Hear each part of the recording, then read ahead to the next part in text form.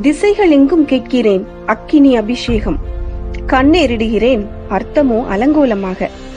விழாக்கள் நடக்கின்றன, விளம்புவதாக தழும்புவோரும் நடக்கின்றனர். ஆனால் நான் காணவில்லை எதுவும் உண்மையாய். எனக்கு வேண்டும் குறைந்தது ஓர் அக்கினி அபிஷேக வீரன். சமூகத்தின் அவலங்களை தோண்டி அநீதிகளை அக்கினியால் சுடும் ஒருவன். விசுவாசிகளின் இதயங்களை கீறி சாதி பேத சாக்கடைகளை சுடும் ஒருவன். அழைப்பு மறந்து இலக்கு துறந்து பாறையாக உறைந்து கிடக்கும் விசுவாசிகளின் இதயங்களை தீச்சம்மட்டியால் பிளக்கும் ஒருவன். சிற்றின்பத்தில் சுடுசுகம் காணும் விசுவாசிகளின் பாவ கம்பளிகளை உரிந்து தீமூட்டி குளிர்காயும் ஒருவன்.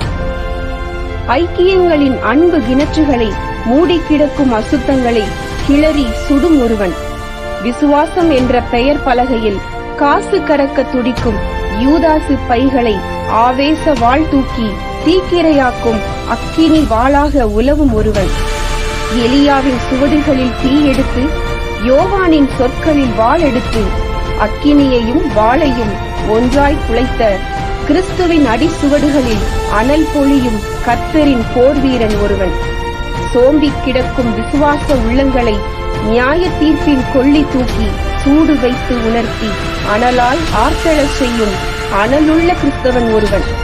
கூனி கிடக்கும் முதுகுகளை நிமிர செய்ய, மங்கி தெரியும் நம்பிக்கைகளை ஒளிர செய்ய, தூங்கி கிடக்கும் விசுவாசத்தை தட்டி எழுப்ப துடித்து பாயும் நெருப்பு குதிரை ஒருவன். அவனே அக்கினி அபிஷேக வீரன். அவனது எழுதலில் திசை நடுங்கும், அவனது கர்ச்சிப்பில் அரசு விரைக்கும், அவனது போர்ப்பறையில் சபைகள் நெளியும், அவனது வீர உரை விசுவாசிகளை உசுப்பும். அவனால் நான் கீறப்படுவேன், அவனால் நான் மருந்தை தடவுவேன், அவனால் நான் அனல் அடைவேன், அவனால் நான் ஆவேசம் தரிப்பேன். அவன் அக்கினி அபிஷேக வீரன்.